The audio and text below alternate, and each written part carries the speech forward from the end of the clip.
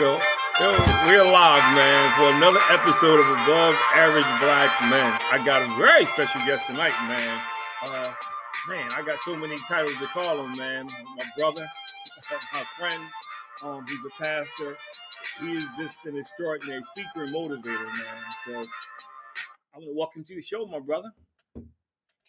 Hey, man, it is a blessing to be here, man. I celebrate and honor the work that you're doing with your two all-star sons, man. Shout out to Chris and Devin, man. Y'all have been in the game for a while, so just to see your evolution and your platform and how y'all are still committed to this work, man, I really commend you. Yeah, well, I think it's a tribute, to a lot of things, man. But I think some of the work you do, kind of feeds into this as well, man. So I want to hop right into it, man. So if you want to share a little background before we get started.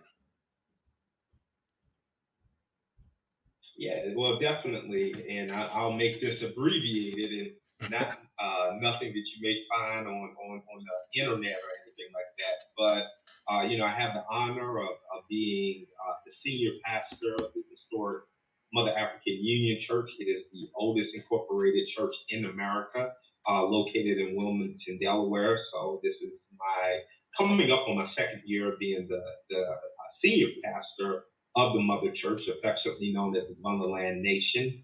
But in my other life, I'm also an associate professor and the assistant dean and also the director of the Center for Urban Education, Equity, and Improvement at Cabrini University. So, within that work, I'm really focusing on issues related to diversity, equity, inclusion, anti-racism, also ways that, we can really not just reach young African-American males, but really construct some programming that is going to prepare them for the 21st century global marketplace. So in short, I do this work in different spaces, but, it all fits together like a glove.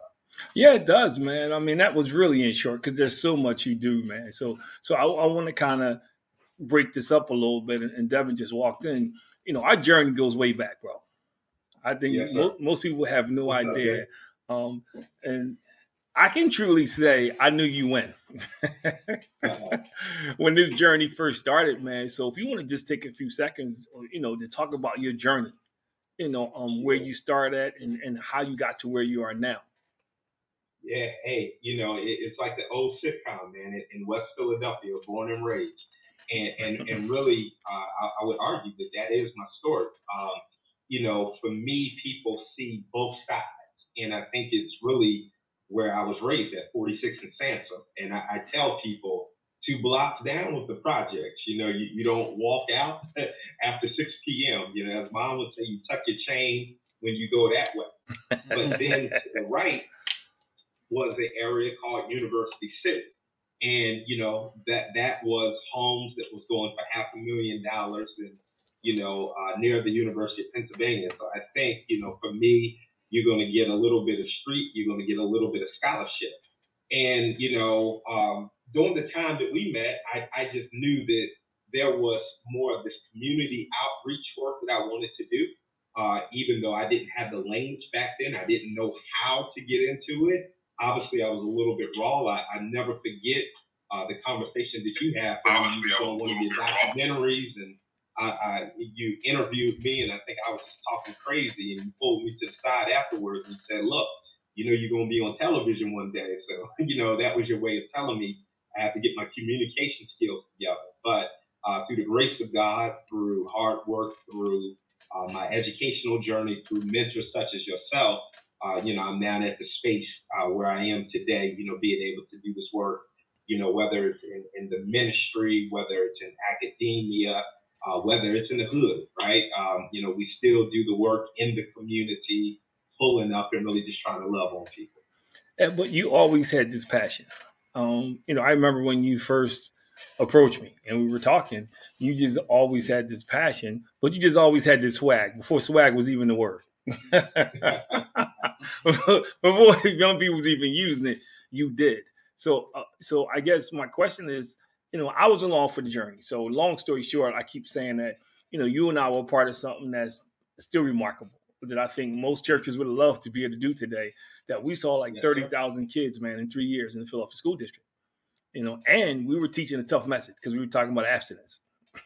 And you had developed this hip hop piece, and I still laugh because you were kind of the hip hop guru and I was kind of the straight man. I was the old dude. I was the sidekick, but it worked. It was effective ministry. So, during that journey, what made you decide to go where you are now? Because you've taken all that history that you had and turned it into a powerful present, man, and an even better future.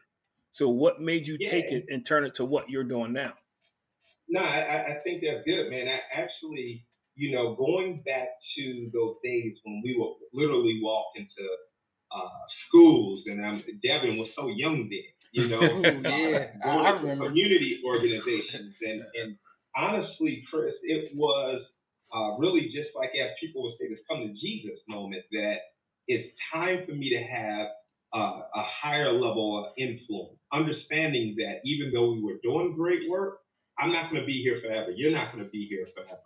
So therefore, 10 years from now, 15 years from now, 20 years from now, my aspiration is that some young person or even some elder will pick up a book or, go to some video that I'm on and really study it again so that they could do it in their context. So as much as, we were doing great work, we also need other people to do this work, because if you really think about it, 15 years ago, when we're going into community organizations, when we're going into neighborhoods, when we're going into the schools, what we're seeing now? We're seeing their babies, right? Yeah. We're seeing their kids, and we thought it was off the chain back in 2005, 06, 07. I mean, we're getting to the point now that these young people are not living to the age of 20. And I say that because I never forget one of the first times that we were together, the young brother at a high school, I'm not going to call it out, but a high school that everyone would know in Philadelphia, basically said, I'm just trying to live to 25. I think that number now is like, if you make it to 20, in many ways, that becomes like, okay, a notch, like I've made it. Not only that, I think the other side coupled with it, and I appreciate the larger level dialogue, is also this mental health piece that we're dealing with. Yes. A lot of young brothers and young sisters are now dealing with mental health, suicidal ideation, suicide. So we realize that we have a lot of work to do. I think we were on the forefront, but if I have one regret, I think we could have been more aggressive because we were giving a prophetic message. We were giving a much needed message. But unfortunately, we're seeing the negative fruit of it right now, in terms of just a turn up in violence in our community. I heard one brother say this past weekend that, even in Philadelphia, block parties is a staple. And there were no block parties on Labor Day because of fear of violence. Yeah. And I'm like, okay, this is not community. So we were doing great work, but it's also time for us to revisit the work and get other people involved so that we can stop the sad narrative. Well, this is a perfect segue into the fierce urgency of now, which is your theme this year. But just one thing you said that kind of struck a chord was you said that we could be more aggressive. And I agree. But also, when you're the first doing the work and you're doing the real work, you're feeling your way through. And we were a Christian organization in the public school system. Yeah. We were dealing with, for lack of a better term, man, we were dealing with the unwanted. We got the classes full of kids that nobody else could deal with. Mm-hmm. So it was an interesting spot for us, man. And we were developing new stuff. It wasn't like there was, the part that Marvin, you got to remember, we wrote our own stuff as we were going along. Mm-hmm. We weren't using the curriculum that somebody else had. So I think, it was a learning process for us. But I do agree with you. I think that is the staple for what needs to happen now. And we had the foundation. But let's get into this. And I know Devin has a question. It's fierce urgency now. That's been your theme. So where did that come from? And can you explain it to the listeners? Yeah, I mean, definitely. Well, let me just give a little bit of background. So obviously, if anyone has listened to any speech or read any writings by Dr. Martin Luther King, you would understand that he used that oftentimes within his speeches and within his writing. And one book that I really love is by Michael Eric Dyson. And the book really chronicles that from the beginning of King's life to the end, he was always preparing for death, almost knowing that, look, I'm not going to be here for a long time, so I don't got time to play. Like, I really got to be about this work, and I have to do it at the high level. So I'm borrowing that language, the fierce urgency of now, to also suggest that that's where we are today. When we look at everything that we are grappling with in our community, healthcare gaps, educational achievement gaps, employment gaps, we could go on and on and on, but at the core, Dr. Eddie Glaude would say we're dealing with the value gap, the ways that we value certain bodies in comparison to others, and specifically the ways that we value white bodies in comparison to others.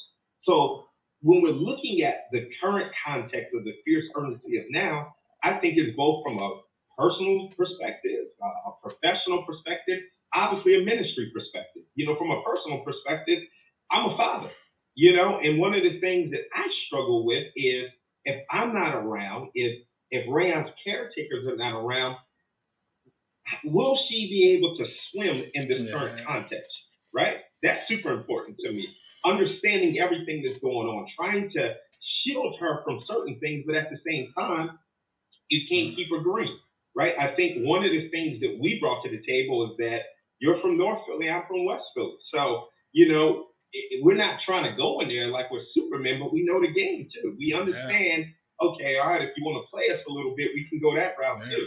So we know how to handle ourselves, but you can't quite shield your child, but at the same time, you want to prepare them, for what's to come. From a professional level, man, I'm tired, brother. I'm tired of seeing these statistics. I'm tired of, seeing young. I'm working with, and I know this is your story too, and probably Devin. I'm working with young people, 18 years old, homeless, right? I'm working with young sisters that really think that, you know what, the way for me to make $1 is by starting an OnlyFans account or go twerking or some prostituting your body. I'm working with young brothers that still don't get it, right? That still don't understand that the system is not designed for you to be able to sell your drugs and think that there's going to be success at the end of the day, but they still feel as though that this is the end goal. But then from a ministry perspective, my ministry and how I do it is probably a little bit throwback. I didn't get into ministry because I needed a house or a car. Thankfully, God has blessed me with other means. So I'm really trying to do community work. And when we think about the current context of the church, and we can look across demographics, but I want to deal with the Black church. We understand that we have a problem. We understand that we're not attracting millennials. We're not attracting Gen Z. Quite frankly, we're not even attracting Gen X. So when we're looking at the current context of the Black church and what that projects to be 10 years from now, if we don't get back to real community work, if we don't get back to what I would call discipleship, if we don't get back to, really loving on folk and building folk up, man, we got a lot, we're going to have a lot of problems. So the fierce urgency of now simply means we don't have time to play. We got to be about the work. And here's the other thing, Brother Chris, that I think is important. I also think that going back to what I said, getting more aggressive, how do we in love say, okay, I love my brother or sister, but at the same time, if you're trying to do harm to our people, we also got to deal with you that way too, in love, saying, look, man, this message, your presence can no longer continue because you're doing more harm than good. Yeah, and I think, again, you and I have been on this journey for a minute, and I've had the opportunity, to, kind of address your congregation and the conference you just had. So I've kind of seen both ends of it down there, and you are doing that. You're epitomizing that in that Delaware community. You are. And my next thing is, I think, and you may have, I don't know if you heard this before or not, you're doing the same thing pretty much what you did as we were coming along, because you've been able to take both worlds and marry them together, which a lot of people can't do. Like, some people get up front and preach on Sunday and they sound really silly trying to talk about music. They just totally out of place, man. And they try to say things that are hip, or they try to say things that are current to reach this generation, and they struggle with it. One thing about you, even when we were back in the day, so to speak, when we were doing the music and we were doing those workshops, and we were combining with character education, integrity, and abstinence, even now, as I listen to you preach, you got a totally different style, which we'll get into that later. but you're able to reach both audiences. You're able to reach the older generation, the Marvin Gaye people, and you're able to reach the younger generation. So is that something that comes natural? Is it something you worked at, or is this something just kind of morphed as you went over time, that you've always had that dual voice? Yeah, I think it's a both and. So yeah, I definitely, from a faith perspective, I believe it's a gift, in terms of being able to reach your audience and understanding the context, right? But then on the flip side, I would like to even intersect my personal journey.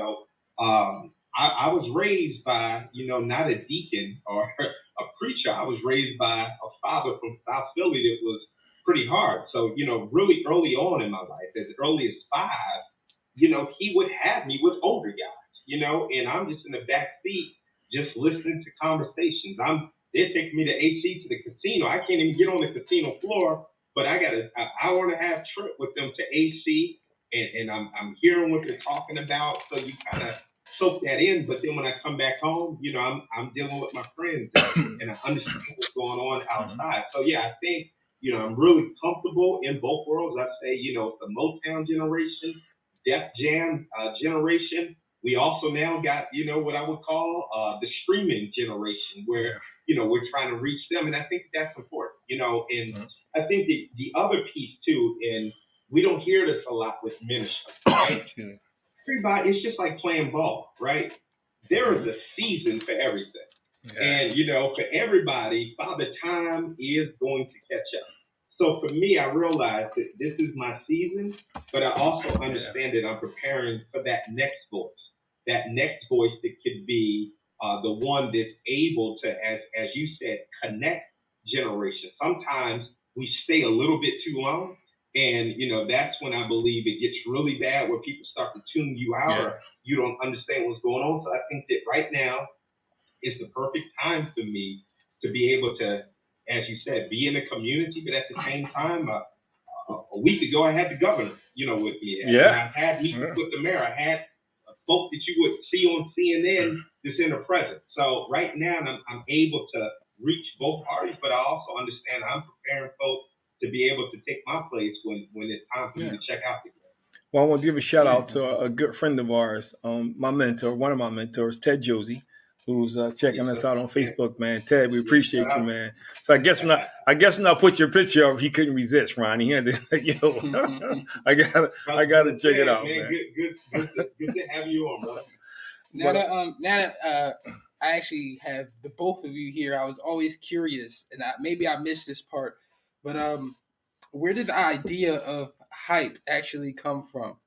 Because thinking back in the day, I used to be in the back of the classroom. I know I was real young, but I always thought that was the coolest thing ever. Even growing up, thinking about it now, I really wish that Cheltenham had something of that essence.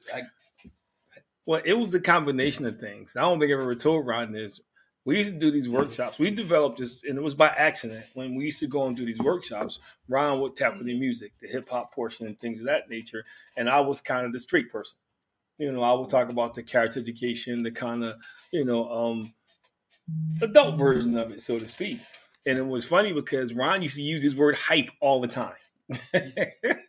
He used to, the kids would get excited and say, yo, don't get hype.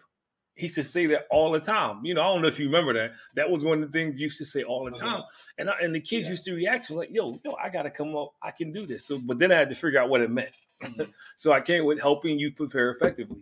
And that's how I came up with the name hype. Because he said it, and I saw we got a reaction out of the kids every time he would say that. Yeah. Now, I would definitely say, and this was a good marriage between, Chris and I, where he had a lot of the content expertise, curriculum development, ways to go after grants. I think what I brought, as you said, is more of a little bit of the swagger to it, where, okay, we could take this concept, but you remember one of the greatest things that we developed at the time was the little chains in the shirt. And, the students wanting it and the parents wanting it.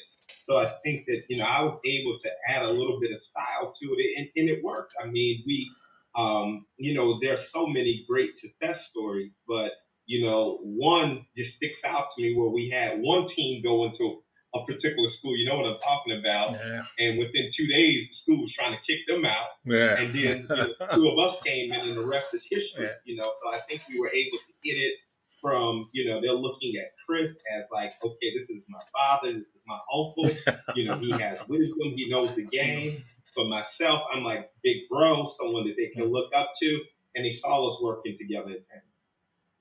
And also, I don't know how, somewhere along the line, we kind of developed a chemistry. And I think it was where the two worlds kind of collided in a good way. Right. Because neither one of us compromised on what we believed. And I think that was the thing that really made it believable for whatever audience. Because, I remember Chester, man. That was a tough audience, Chester City Hall. I don't know if you remember that one. Oh, I didn't forget. Absolutely. I didn't know we were going to come home that day. But I think, and that kind of takes me to my next question. And you mentioned it, you've demonstrated the ability to get along with a variety group of people, whether it's the guy on the corner, whether it's the guys into the videos or the girls who you just got finished talking about, or it's a Michael Dyson, or it's a governor. That's a skill that many people, professional people, don't have.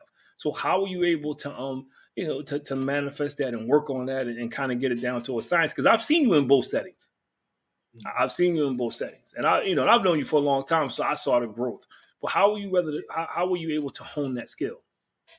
Yeah, I mean, well, I would also, again, kudos to you, shout out to you, where you even opening up doors and having me in different places and me just studying, okay, well, as much as I communicate one way, for me to get to the next level, I also have to understand language and different forms of communication when I'm in another setting. So I think, through professional experiences, obviously through academic experiences, but at the end of the day, I'm authentically me too, right? I am who I am. And I think that that's something that we should never, no matter where we are, right? No matter how we level up, we have to be our authentic self. What I've seen, whether it's from the prisons to, as you said, some of these people that if you say their name, everyone knows them, is that people want folks to be authentic. This past a few months ago when I had Dr. Cornell West, in many ways, he hasn't been doing anything in person.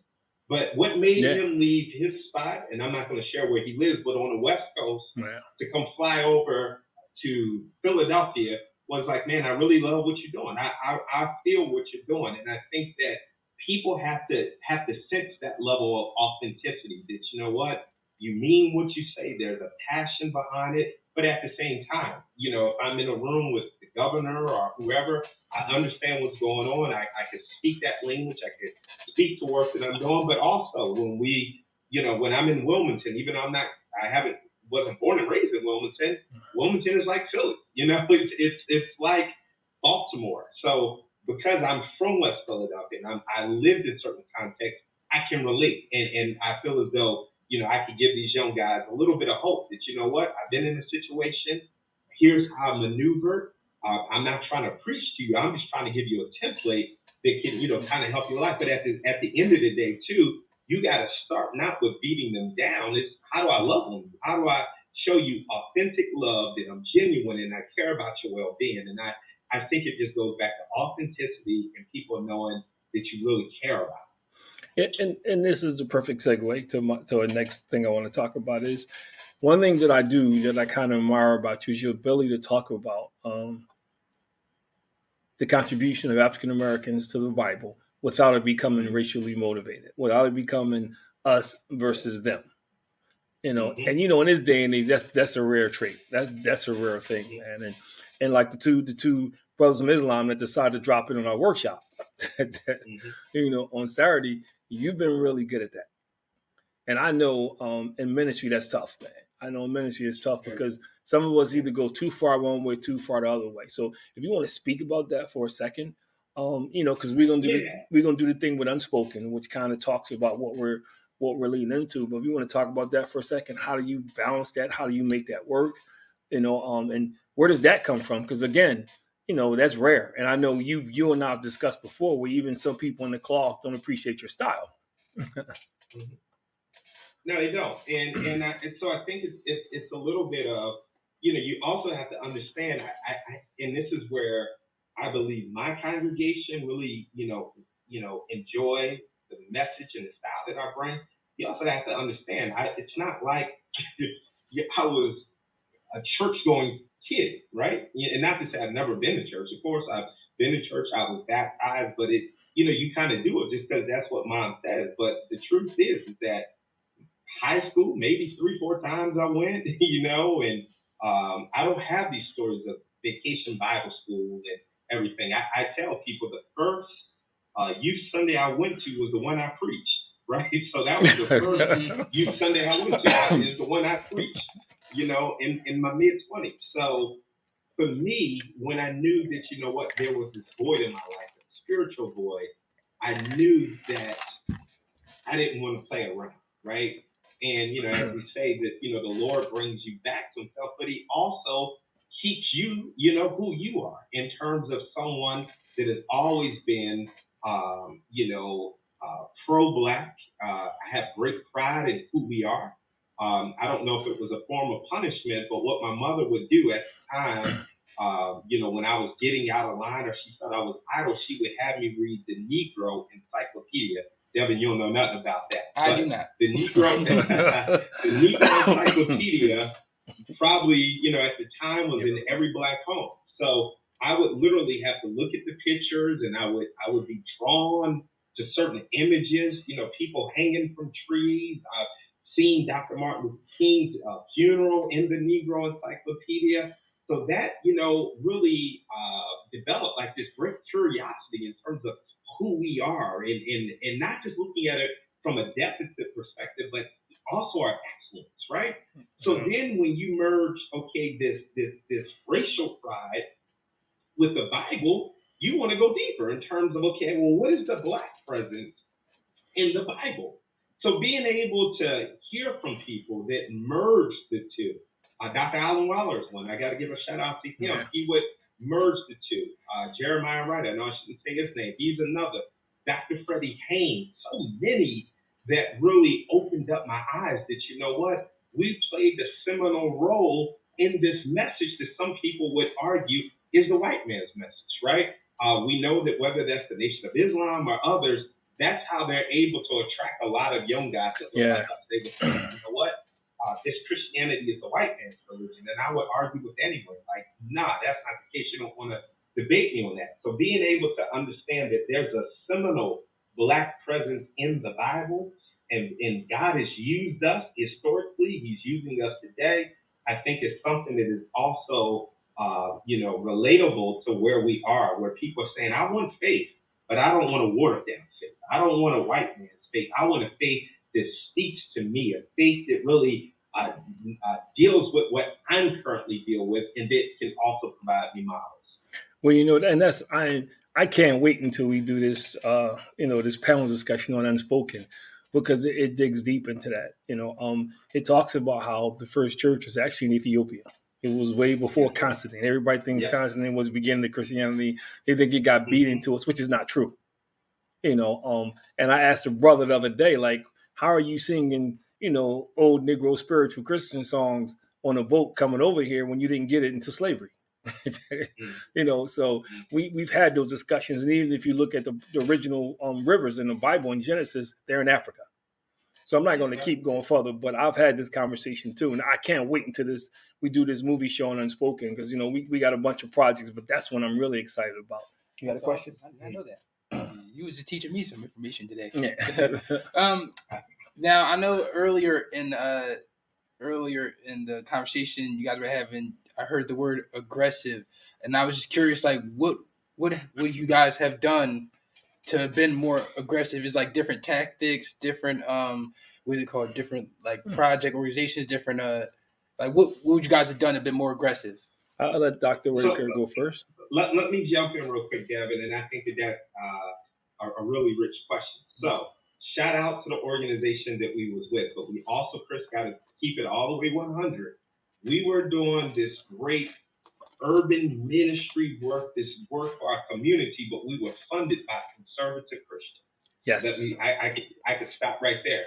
So we were always wrestling with, well, what is the board going to say, right? Always wrestling with, well, if we take it too far, will that impact funding? And I think at the end of the day, you got to trust. We in the church, we say you got to trust the Holy Spirit, but in the streets, we'll say you got to trust your gut, right? I think we had a pulse for what was going on. And when you have a pulse for what's going on, you don't second guess it, right? You don't second guess it. You don't worry about, well, who is this going to offend? And I think actually, here's the truth. And Chris, I know it was a tension at the time because in many ways that was paying the bills, but who really needed who if we're gonna tell the truth? Like, did we really so at the end of the day, what were we really going to lose by saying no? Not only are we on to something, but we have to go deep, right? And that, and I think the two of us and others that were a part of that team, we could have just, packed up our bags and rolled, and if we roll, what are they going to be able to do? So the point I'm raising is that, Devin, for anyone that's hearing this, if you know that you're onto something and you know that it's working, and you know that not only is it working, but you can go deeper because the message needs to go wider, you cannot worry about who's not for you or who, you may offend or who may not understand. There are so many times that we had a curriculum and I walked out of the back office second guessing myself because people didn't get it, right? And perhaps it wasn't for them to get it, but we understand now, again, 15 years later, we wasn't wrong, we were right. And not only were we right, we had a great product, a great service to bless our people. But when you're in the early stages of something, you're learning. And one thing the conservative backing did, and I can speak for myself, they gave us the wrong definition of humility, because we thought humility was, that you concede, that you weren't confident or overconfident in your abilities. And I think that's what happened to us. I didn't realize until I left that we were, like you said, that we were the product. You talked about a school who said, hey, we're not going to do this unless those two guys come here. So I think it took us a period as we matured there and grew, continue to grow in our faith and continue to grow in our abilities. But I think, and I'm not just saying it because he's on here, but that's where guys like Ted Josie came along who gave us an opportunity to do hype. I still run into some of those kids, man, who still talk about how, the tools and the skill set that we gave them. So we sold a lot of good seeds, but I also think there were seeds, that we sold in each other that sometimes we forget. And that was a learning process for us. For me, being a little more aggressive. Go ahead. As you said, it's a learning process, and you are correct. So we have to look at where we were and where we are right now. Yeah.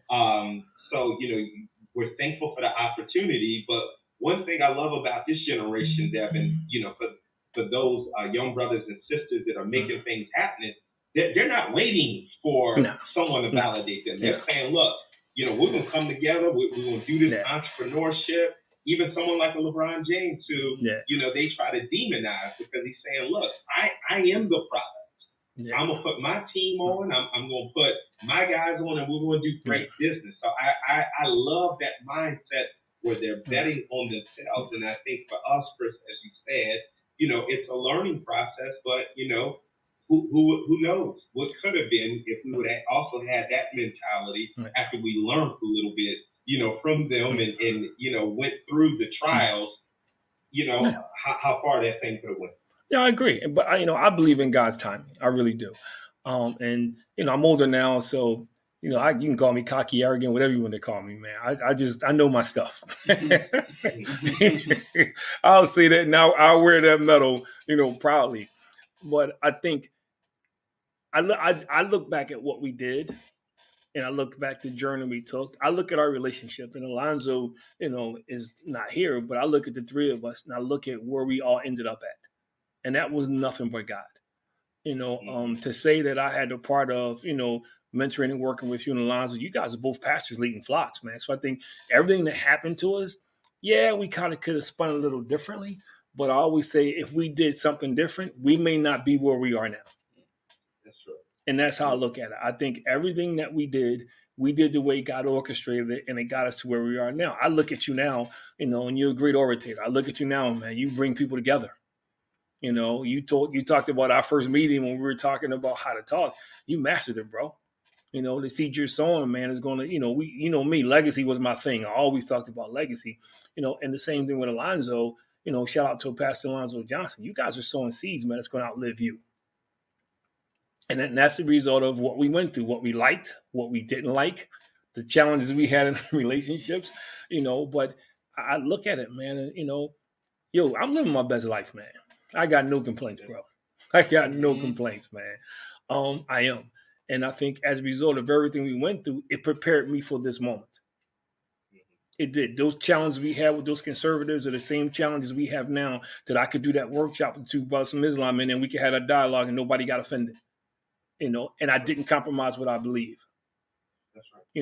When you had your little challenge, not little, but you know what I mean, New Year's Eve, I'm not going to get into it, you know what I'm talking about? Right. What we went through made you get up there, man, and preach your heart out, man, with anointing, man, and God carried you through. So I think without those things, I wonder, would we not have been distracted by the little stuff that happens now? Right. And that's how I look at it. That's how I look at it, man. I think, yeah. Absolutely. Because, the world is going to throw noise and distractions at us. So I want to move on to the next segment. I want to talk about, race relations are real. And I know that's a taboo topic.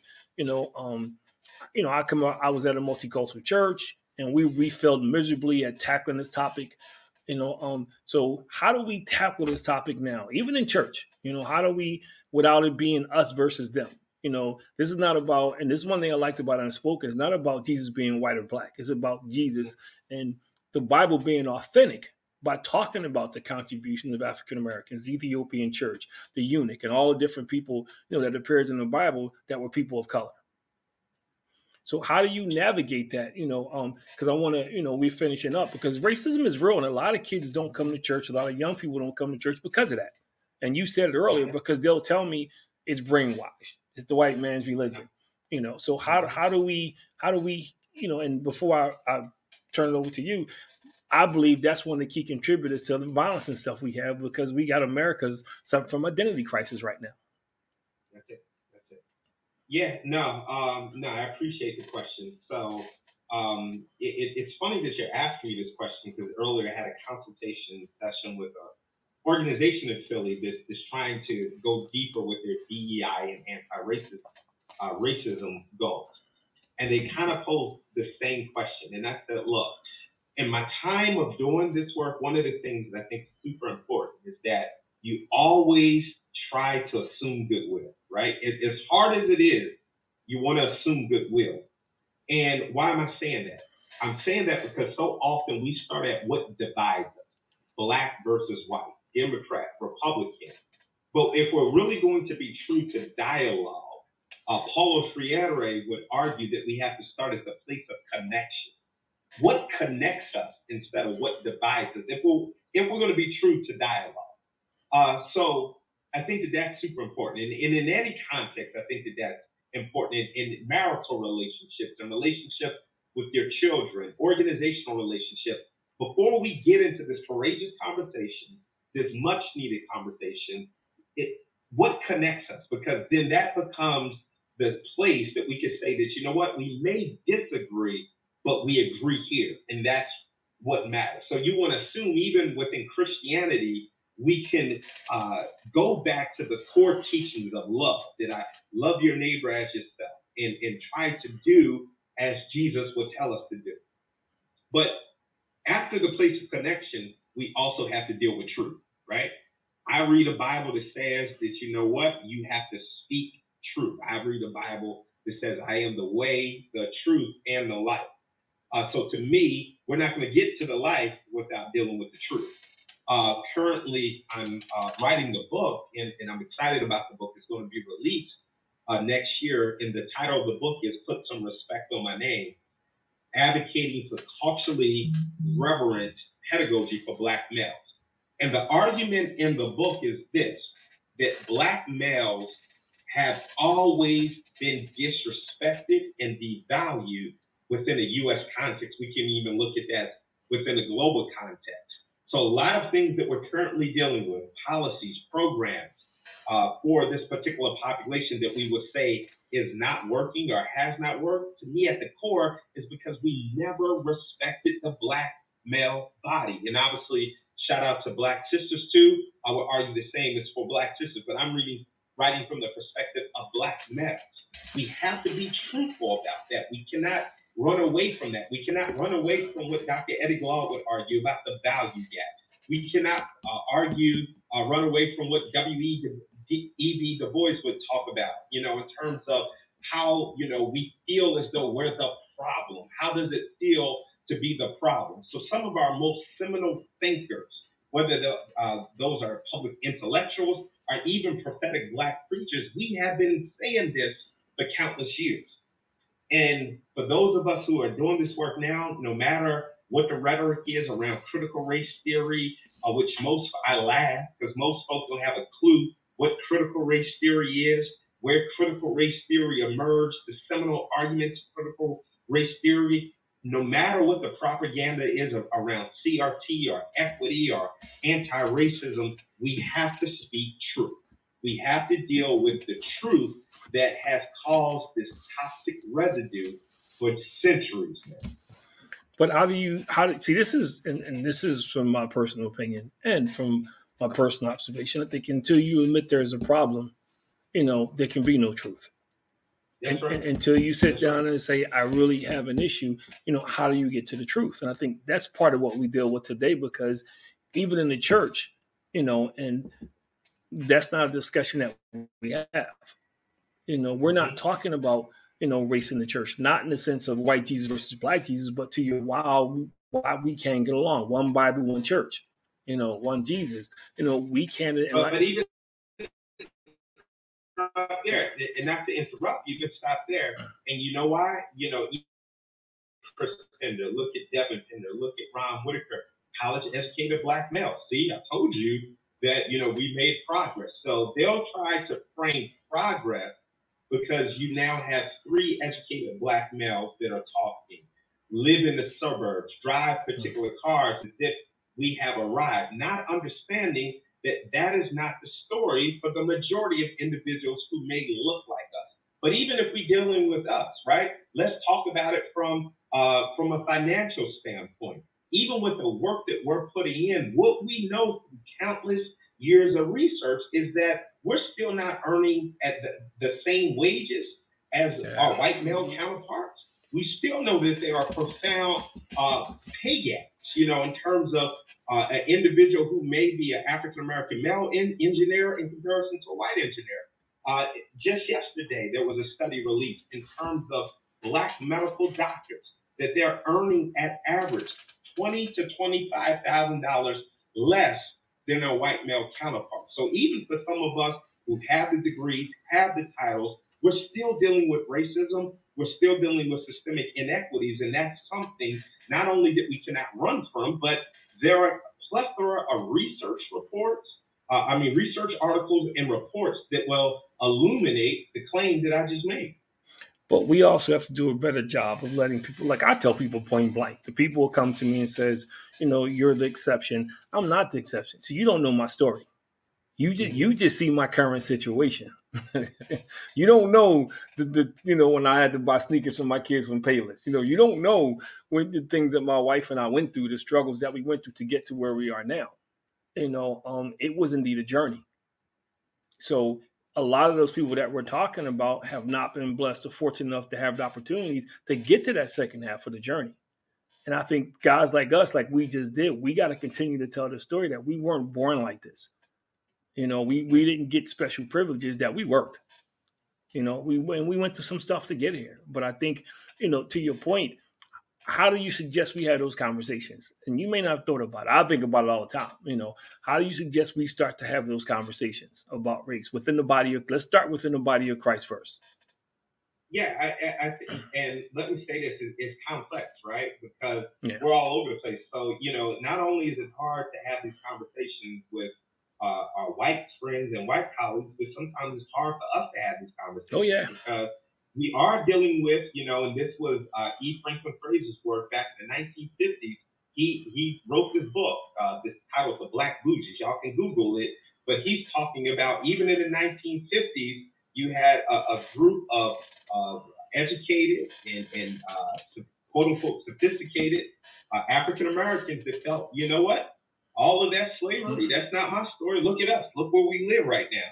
And we still have that mentality that if you live in the suburbs, if you drive a particular car, if you're part of a fraternity or sorority or some sort of organization, that you are quote unquote arrived. And what happens to those people and that community, that's not my concern.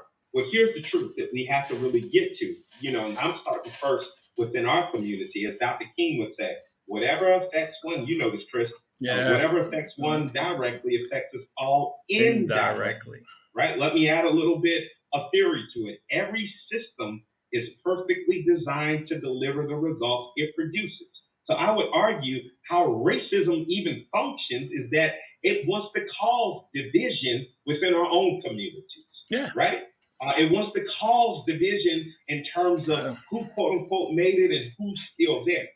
So we now have to get back to that community consciousness that, you know what, we have to love on one another. Ubuntu, we got to, do for us. Shout out to FUBU, for us, by us. We have to get back to that community consciousness. Here's the other piece that is also important that I've seen in this modern day freedom struggle is that everybody got a part to play, right? So I had a young brother, Devin, probably about your age, about 2 years ago. And, this is when we were, on the backdrop of George Floyd. And the brother kind of called me out, or tried to call me out. Like, man, you writing all these articles and, I see you on TV and you got all these people, but you're not here with us, right? You're not marching with us. And it's like, hold on, time out. First of all, it's not totally the truth. So let me deal with that. But here's the thing. As you're out there marching, I'm making moves behind the scenes. As you're out there marching, I'm talking to mayors. And here's the thing. You know me, Chris. I'm going to be all the way. I had a meeting a month ago with a mayor. And I came to the table like, brother, here's our agenda, right? He didn't, needless to say, he didn't return my phone call or offer too much support. But the thing is, I'm not in there. I'm not behind those closed doors, excited because I'm meeting with a particular politician. I meet with a lot of people right now. So I'm behind the scenes pushing our agenda, not behind the scenes trying to take a photo op or trying to coon or whatever. So the point I'm raising is that in this freedom struggle, we all have a part to play. Where you are right now it's not going to be where 10, 15 years from now, right? 15 years ago, yes, I was a frontline soldier. That's not the position that I'm playing right now, but I'm just as committed, if not more committed, to this work. So I also think that the division in our community, we have to really also have these dialogues in terms of that's what systemic racism wants us to do, to be divided, right? Yeah, but I think we have to. So let me pause. I see you was about to say something on that. Go ahead. No, I agree with you 100%. But it also brings me to, I think this is why we need to, and you've done it. I've learned to do the same thing. Redirect my energies to where I'm most effective at. And you raised a good point. I'm most effective now in what I do. Them days of going into classrooms, talking about music and all that stuff, I'm not effective there anymore. And I understand that. You could put me in a room and I can talk about the gospel. I can talk to a bunch of people all day long about that. So I think that's what we have to figure out, where we're most effective at, and move to that arena. I go back to hype. Ted Josie gave me a chance when nobody else would. And you remember this, our boss didn't even believe in it. Remember? That's right. When I first came with the concept, that's not going to work. That's all we heard. And then when it worked, they showed up at the graduation. they bow. But and I think that's the concept we have to use. I think we have to, and you know what I'm about to say. I've grown to the point where opinions don't matter. At the end of the day, I got to stand before God, and God is going to tell me I'm right or wrong. That's what I move off of. That's what I focus on. And, as far as what you just got finished talking about, Ted Josie put in the box. Hey, Sandra, I want to say hey to you. hard work. It is hard work, but part of the hard work is being able to push beyond what people think or what people say and doing what we know we're supposed to do. Because I think too many people are not effective, Ron, because they're doing stuff they're not supposed to do. We do good stuff, but it's not God stuff. That's it. Yeah. And so the racism thing is real. But so again, see, for me, I think to me, and maybe I'm making it too simple. I can imagine a white church and a black church just getting together, having pizza, starting with dialogue. No agenda, just talk, just getting to know each other. Open, honest conversation. We're gonna get together and we're gonna look at we're gonna view this movie Unspoken, which I'll put it out there. That's another perfect venue, to sit down and have a conversation. And it's not about Jesus being black or white. It's about, I think if you want to talk about, how authentic the Bible is, you got to tell the whole story. And to me, our common cause needs to be, we're trying to reach another generation. And for me, the work that I know I'm called to do, it's about souls. It's not about a black soul, white soul, Asian soul. It's about souls. And I think if we can come to a point and understand that that's our project, that's our focus, no matter how we get there, no matter how different we are. You and I have been friends over 20 years, man, and we're different as night as day, but we got that one thing in common. That's what we're talking about, the place of connection. Yeah. Right? The place of connection that, okay, cool. Even though it may be, hey, he's older, he's from North Philly, I'm younger, I'm from West Philly, it's a place of connection, and that's why we're able to do the work. But not only that, I also think that, we adhere to higher codes. Obviously, our spiritual beliefs, but then I think there's also some moral beliefs that may have been passed down to us through our family members, through friends, people that had helped to mold us. And I think that, you said something key. Okay, why can't a black church and a white church come together and have this dialogue? You know why? Because it's fear of what your stakeholders are going to say. It's fear that, hey, we're going to have this conversation. And now, if I share this with the greater congregation, and I'm speaking now from a pastoral standpoint, how is that going to impact my giving on Sunday, right? How is that going to impact? Because, pastors oftentimes, they're not led by the Spirit in terms of their messages. They're led by what is going to be accepted by the people. And that in itself is what I would call, just being not only unethical, but spiritually, you are out of line, right? And the thing that I bring to this work, this ministry work, this work that I do, is that I have no fear, right? I'm not afraid that if I preach a sermon that I believe that the Lord wants me to say, that you're going to kick me out. I'm not tripping over that, right? I will stand before God. But then even, within academia, I'm not afraid of, if I talk, if I teach this class and I say this, that you're going to kick me out. I got to stand on the theory. I got to stand on information that's susceptible to anyone. And if you don't, accept my truth, then, perhaps there's another space, as you said, for me to do the work. My wife tells me all the time, man, you're not going to get invited back after you say that. But I don't, and I laugh and chuckle because shout out to you because look at you. You're sitting next to a college-educated young man.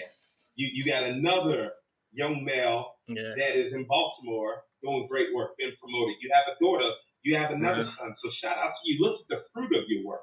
So, I just think when you operate at a higher level, man, God is going to bless. And you're seeing the fruit of his blessings on your life. And this is the thing that kind of confuses me when I hear you say you talked about, like you just mentioned about pastors and is going to affect, for less choice for better word, the bottom line. Then you need to take out your vocabulary that God is going to provide. Because if you can't tell me you're trusting God and God is going to provide, and you won't share what God has laid on your heart. I know some places I went that I won't be able to come back to. I've been places, man, and leadership looked at me like I was nuts, but people came up to me like, yo, we needed to hear that. We needed to hear that. And I'm okay with that. And I'm fine with that. But I also know this, and my kids will tell you this, yo, if you chase God, money will chase you. If you chase money, you're never going to have a fruitful life. You're never going to do what you're supposed to do. You never will fulfill your purpose. So to me, I don't chase money anymore. I chase God. That's my thing, and all my needs are met. And I think that's the approach that if you're leading the church, that needs to be, and like your top 10 pastor commandments. Yo, I'm not chasing money. I'm chasing God, because God will provide. He'll give me the ram in the bush. All those church cliches that we say, he will. He'll turn the water into wine. He'll take the bread, the stone to bread. We got to believe it, man. And we got to believe it. We got to live it, because this is what's not changing the hearts of the next generation, because they're not seeing us live this thing out, man. I couldn't say anything better. You just told me all this yesterday. You absolutely dropped it. And I think that, unfortunately, we went through this phase, in terms of the prosperity gospel, and we're starting to see the negative effects of that, where, people have been turned off from church. People have been hurt from the church, and people are saying that, I don't want no parts of that. And at the core, our ministry, what we've been seeing is that we're getting a lot of folks that are, kind of slow walking their way back into the doors, because they're saying, I've been hurt. The church has hurt me. I've been duped. I've been lied to. I've been taken advantage, right? So I think, for those of us that are true to this ministry work, true to the work that we're doing in the communities, we also have to have patience with our people, because a lot of our folk are dealing with trauma and they're dealing with profound hurt. And it's going to, take some time for them to open back up and to trust that, the three of us, those of us that are on the front lines doing this work, that we really have their best interests. But I think the brokenness is something, and we're going to run a little bit over, so let me know if I cut into your time. I know you got a busy schedule. I think the brokenness is something that we have to deal with. And, I work with every population from preschool to prison, high school, college, everything included. And the one common thread I see is the brokenness that has kind of taken the place of hope. The brokenness that's kind of used to be the church used to take care of, because even the person only went to church once a month, or on holidays, they had a certain hope that the church was filling this void, and we've kind of lost our way.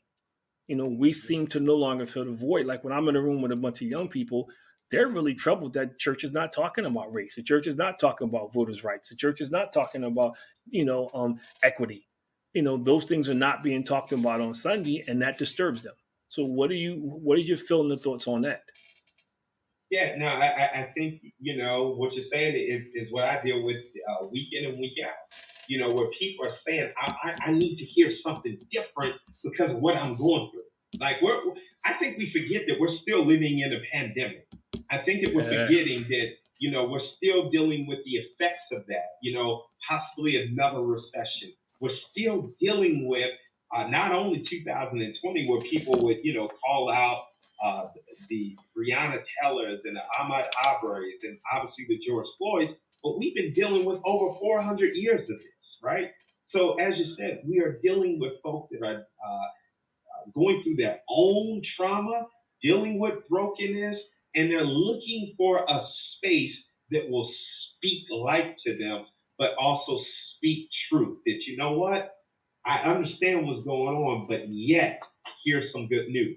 So when they walk in the church, they don't need to, have us talking a whole bunch of mumbo jumbo about programs and beating people down because they don't dress a certain way. People may ask, well, what's your dress code? Look, I have folk in the church with 3-piece suits. I got folk in the church, a young man, 21, 22 years old, just out of prison. He comes in the church, sits in the back and has his baseball cap on.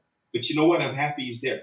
I'm happy he's there. And guess what? He calls me as pastor. He keeps it all the way 100. What he's dealing with, but also where he's trying to be. So I get it from every perspective. If you want to wear your Sunday best, cool. But if you just want to wear your T-shirt and have your hat on, come on in, because I need to give you a message that, you know what, you can make it. So actually, the series that I'm preaching, we started last Sunday, is titled "Be the Church."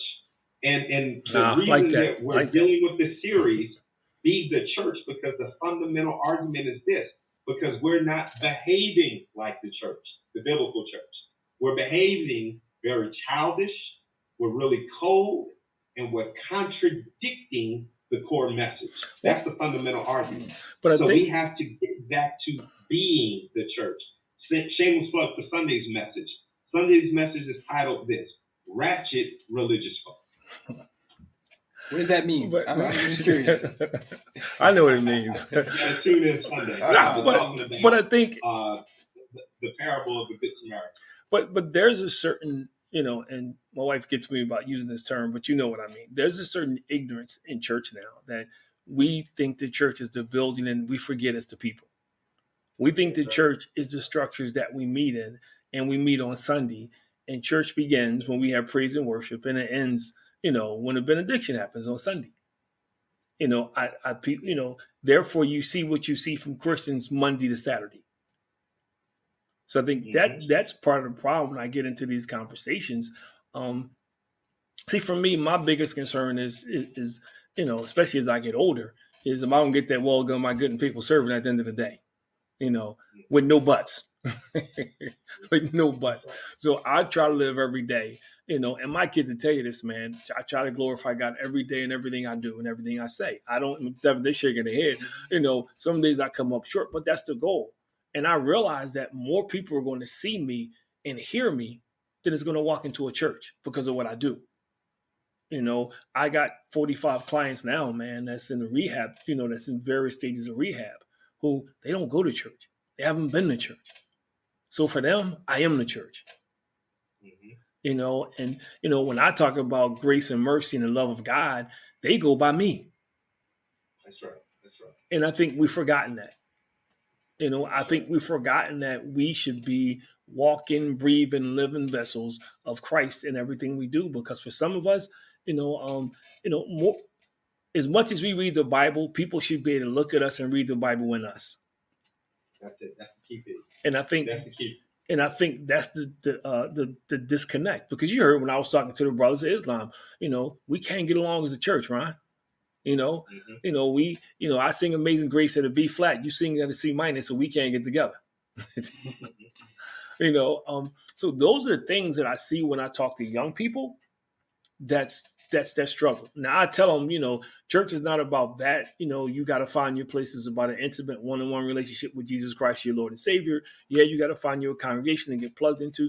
But to get them to that part, we got to get past the bumps in the road. So I know I don't want to take up a whole lot more of your time, but how do we? Because you said something. I'm trying to think. When I did the service for you about you got to get out of the boat, and we were doing the Q&A. And doing the Q&A, which I think is pretty cool. After his service, when we were virtual, he did a Q&A, so people could stay on and ask questions. Oh, yeah, that's smart. Yeah, that was pretty cool. But you had mentioned something in one of them, and you talked about why we were using young people, and it wasn't just the Black church; it was all churches. So can you just kind of touch on that a little bit, because I think that ties into what we're talking about now.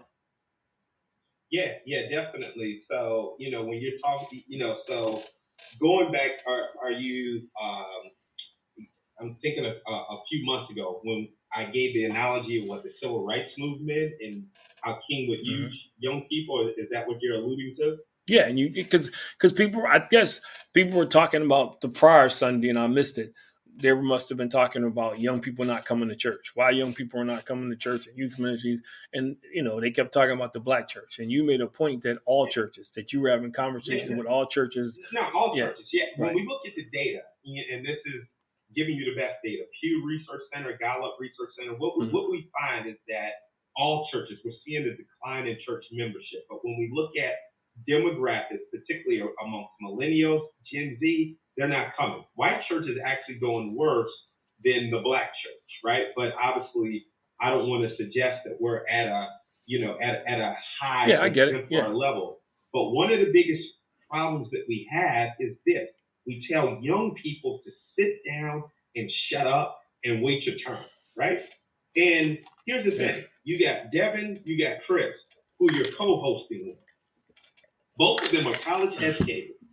So their organizations are entrusting them to make moves that will better the organization. So Monday through Friday, and sometimes Monday through Saturday, even sometimes 7 days a week, they're whether it's the boss, manager, whoever, they're trusting them to do great things. But then we tell them on Sunday to sit down and shut up and to wait your turn, right?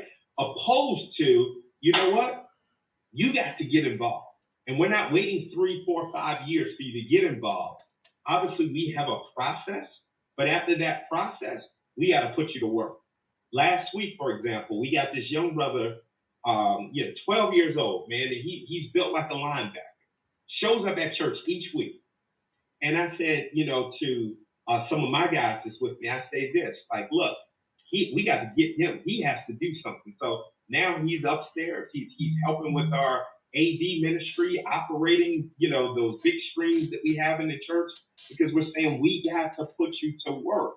That's something that King understood. That, you know what? These young people, when they go to school, this is what they're talking about. When they're at home, this is what their parents are talking about.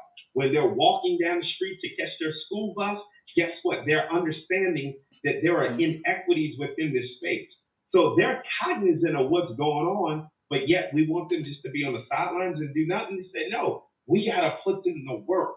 We got to put them to work. And I think that's where we've fallen short. This is why gangs historically have been able to grab our young people. Yeah, when we're thinking about current day. This is why, and I'm not talking about the good from social media, but a lot of the bad messaging and the bad behaviors from social media. This is why they're able to grab our young people, because they're feeling as though, well, you know what? Here's the people, or here's the space that's showing me love, that's affirming me, that's giving me some sort of an image, as distorted as it may be, of what excellence can look like. So we have to get back to the place of, you know what, if we're going to be the body of Christ, if we're going to be the church, we have to now love on these young people. We have to give them work to do. We have to show them a counter narrative to everything that, that society is currently showing them in terms of what success looks like and how a man should act and how a young lady should act. Now, I know before we wrap up, I was curious, because I know you mentioned the book earlier. Can you just, if you're able to talk a little bit more about that, what was the idea behind it? And like, what's the end game or the goal? Yeah, no, I appreciate it. I'm excited about the book. I also know it's going to be controversial. But, in short, Devin, the book is both personal and professional. The book is personal where, I share. I'm writing this book for Black males because guess what? I identify as a Black male, right? I'm writing this book because when I pull up in the neighborhood I live in now, that my wife and my family live in now, guess what? I laugh that I was not even a day in this neighborhood. Here's a new community. Did a policeman follow me and ask me what I'm doing up here, right? Because they already assume I should not be in this particular community. Yeah. So I'm cognizant of that when I pull up even home, nobody would know that he has 5 earned degrees, 2 graduate certificates, actually to start working on his second doctorate. They're not thinking that. They're thinking, okay, who's this outsider? So I'm giving it to you from a first-hand account, but then I also have to give it to you from a professional account. That in terms of working with Black males across spaces, this is the work I've been involved in, from prisons to high school to higher education to corporate America to church spaces. And I know the stories. I know the stories in terms of Black males feeling as though that they have been deemed as nobodies. Here's the thing also, the pernicious act of racism. If we're not careful, we start to internalize that message. There's a late, great public intellect, a freedom fighter in our community, Brother Amos Wilson, but he has this theory that's called Black male reactionary syndrome. What he would argue is that a lot of the violence that we're seeing, and actually Tamika Mallory, that young freedom fighter who's been doing great work, over the last few years, not over the last few years, but she's gained a lot of notoriety over the last few years. She also has kind of picked up with this theory, but here's what Black male reactionary syndrome would suggest. A lot of the violence that we're seeing in our communities and Black on Black violence has to deal with systemic racism. That because we have internalized these messages, we now have become agents playing out this dominant message, right? That because we have been labeled as thugs and labeled as killers, that's how we see ourselves. And now that's how we're going to interact with each other. And we even see this with brothers that got degrees. We could be in a space And instead of the brother showing you love, he's looking you up and down. So we even have to start with ourselves. Why are we looking at each other that way? Why are we violent and aggressive with one another?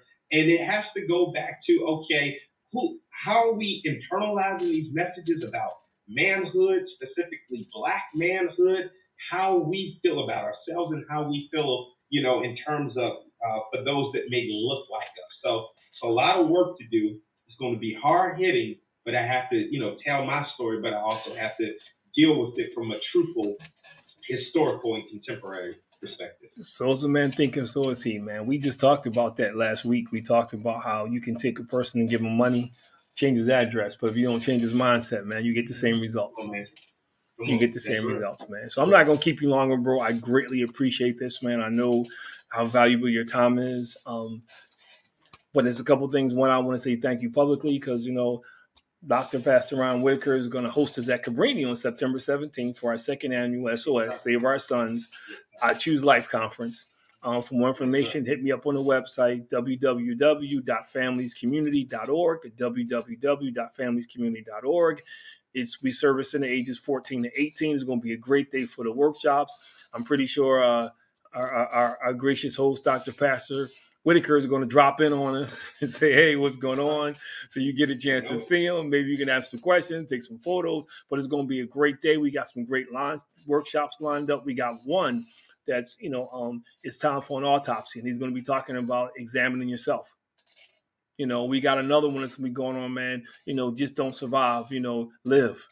So we got some great stuff. It's going to be some of professional etiquette. We got something for everybody, and it's going to be co-ed. If you're an adult, you want to come, we got something for you too.